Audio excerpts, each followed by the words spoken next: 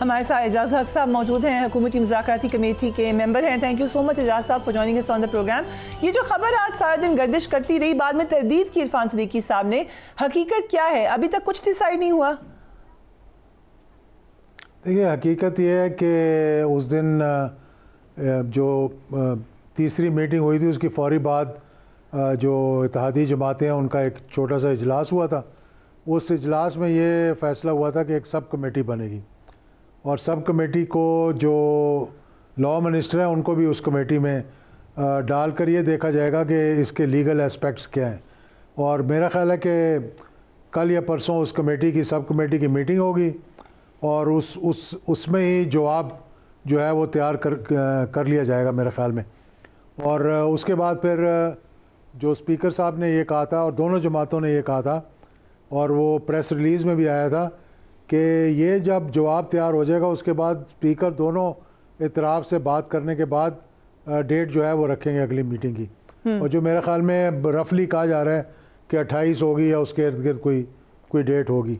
तो ये नहीं कहा जा सकता कि अभी से कि बात मानी गई है कि नहीं मानी गई, लेकिन इसके लीगल एस्पेक्ट्स जो है ना वो देखे जाएंगे। अब जब मैं लीगल एस्पेक्ट्स की बात करता हूँ उसमें दो चीज़ें हैं कि एक तो उन्होंने कहा कि कमीशन बनाएं बामी मशावरत के साथ। क्या बामी मशावरत के साथ अगर हम कोई जजेस के नाम तयन कर लेते हैं तो क्या चीफ जस्टिस उसको कबूल करेंगे? या उनकी स्वाबदीद है कि वो जो कमीशन बनाएं उसमें अपनी मर्ज़ी के जजेस को डालें, वो बजाय इसके कि उनको कहा जाए, डिक्टेट किया जाए कि जी फ़लाँ जा जाएगा, फ़लाँ जा जाएगा। दूसरी बात बड़ी अहम है जो कि अभी तक क्लैरिटी नहीं आई और उस पर लीगल अभी तक कोई ओपिनियन नहीं आया कि क्या जो केसेस सब जुडिस हैं उनके ऊपर कमीशन बन सकता है कि एक अदालत में केस चल रहे हैं उस अदालत के ऊपर एक और अदालत बना सकते हैं जो फैक्ट फाइंडिंग है सिर्फ, यानी उसने कोई फैसला नहीं देना। The commission is basically made to for the fact finding purpose. और कमीशन का ये काम नहीं होता कि सज़ा का तयन करें या बताएं। वो ये कह सकते हैं जी ये गलत हुआ, ये गलत हुआ, ये गलत हुआ, लेकिन रिकमेंडेशंस होंगी वो। ये लग रहा है एजाज हक साहब कि इस पे बहस हुई है कमेटी में, यहाँ तक बहस हुई है कि लीगैलिटी क्या है जो आज कहा गया, और अगर कोइंसाइड करता है लीगली तो फिर 9 मई पे कमीशन नहीं बनेगा। जी ये मतलब बात नहीं हुई अभी, लेकिन मैं आपको ये बात बता रहा हूँ कि ये तो मेरा एक छोटा सा ओपिनियन है ना जो मैंने कुछ लोगों से डिस्कस करके मतलब सामने लेकर आया हूँ। लेकिन सब कमेटी की मीटिंग जब होगी उसके अंदर लॉ मिनिस्टर जो है वो सही तरीके से बता सकेंगे कि भाई असल में क्या हकायक हैं। राइट, 26 नवंबर के हवाले से भी जो बात कर रही है हुकूमत कि हमें लिस्ट ही नहीं दी गई, पीटीआई अभी तक कोई वाज़ेह लिस्ट नहीं दे सकी है, क्या ये भी एक मसला होगा? देखिए ये मसला तो है कि एक जो हुकूमत की तरफ से कहा गया और मीटिंग में भी कहा गया कि ये एक चार्जशीट है।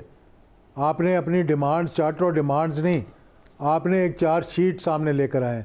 उस चार्जशीट के अंदर और उससे पहले मीटिंग के अंदर 2 तारीख को दूसरी मीटिंग के अंदर सॉरी ये बात हुई थी कि जो लिस्ट फराम करेंगे अगर कोई इनके लोग लापता हैं या कुछ लोग जो है वो शहीद हुए हैं उनकी लिस्ट फराम करेंगे ताकि हुकूमत उस पर जवाब दे सके। दूसरी मीटिंग के बाद और तीसरी मीटिंग के दौरान वो लिस्ट जो थी वो आ जानी चाहिए थी लेकिन नहीं आई।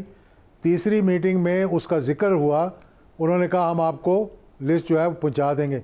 अभी तक वो लिस्ट मेरा नहीं ख्याल कि अभी तक आई है वो। तो ये चीज़ें हैं जो जिसके अंदर अभाम पैदा हो रहा है कि बजाय इसके कि फैक्ट्स को सामने लाया जाए, हाइपोथेटिकल यानी चीज़ें जो है वो डिस्कस करके सामने लाई जा रही हैं जिससे गलत फहमियाँ जो है वो पैदा हो रही है। बट गौहर खान साहब ने कैटेगोरिकली कह दिया, उससे पहले भी बाबा पीटीआई ये कह रही है कि अगर नेक्स्ट मुलाकात पे नहीं बनता कमीशन तो ये मुज़ाकरात ख़त्म है। लग रहा है उन्होंने डिसाइड कर लिया है कि स्टॉल करना है इन मुज़ाकरात को। अब क्या हुकूमत ने भी ये सोच लिया है? नहीं देखें ऐसी कोई बात नहीं है, मेरे ख्याल में उनकी तरफ से भी ऐसी बात नहीं होगी और इधर से भी ऐसी बात नहीं होनी चाहिए कि जी डेडलाइंस देनी शुरू कर दें आप। उन्होंने कहा कि ये बड़ा कैटेगोरिकली उन्होंने बात की थी कि अगर ये बात कमीशन ना बना तो हम अगली मीटिंग नहीं करेंगे। लेकिन अगर लीगली कमीशन बन ही ना सका तो फिर अगली मीटिंग तो करनी पड़ेगी ना आगे बात करने के लिए। और दूसरी बात है कि जो जवाब तैयार किया जाएगा वो किसी मीटिंग में दिया जाएगा ना, कोई पोस्ट तो नहीं करना उसे।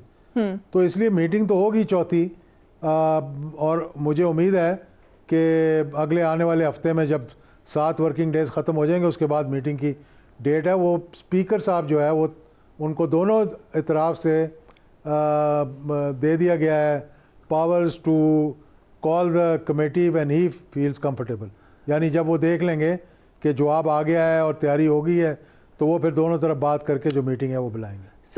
बार बार ये एक सवाल था एजाज हक साहब के मुज़ाकरात के पीछे भी कोई मुज़ाकरात हैं, कुछ बैकडोर में भी है, लेकिन फिर एक ओपन मीटिंग हुई जो बैरिस्टर गौहर की और सीएम केपीके की आर्मी चीफ के साथ मुलाकात हुई। So what's going on?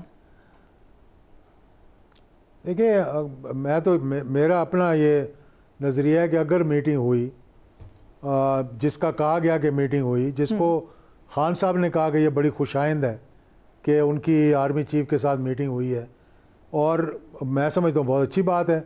अगर मीटिंग हुई है तो और भी मीटिंग्स होनी चाहिए, ऊपर भी होनी चाहिए, नीचे भी होनी चाहिए, बैक डोर भी होनी चाहिए, लेकिन जो भी फैसला होगा वो फ्रंट डोर से ही होगा, इसी कमेटी के ज़रिए होगा। जो भी बातें बैकग्राउंड में होंगी वो सारी इसी कमेटी में आएंगी आखिरकार।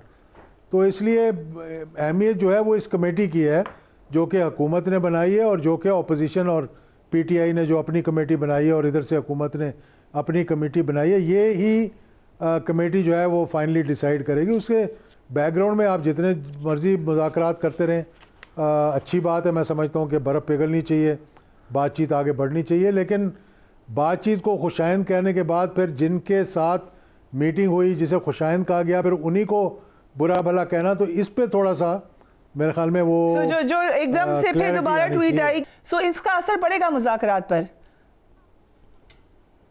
देखिए, लाजमी है कि असर तो पड़ता ही है। आप अगर एक तरफ तो मुज़ाकरात कर रहे हैं, एक तरफ आप उनसे मीटिंग कर रहे हैं, फिर उसको खुशाइंद कह रहे हैं, और फिर उन्हीं को टारगेट बनाकर आप एक ऐसे हैंडल से ट्वीट कर रहे हैं जो आपके काबू में ही नहीं है, पता नहीं आपका है भी कि नहीं है, और आप उसको डिनाई भी नहीं कर रहे।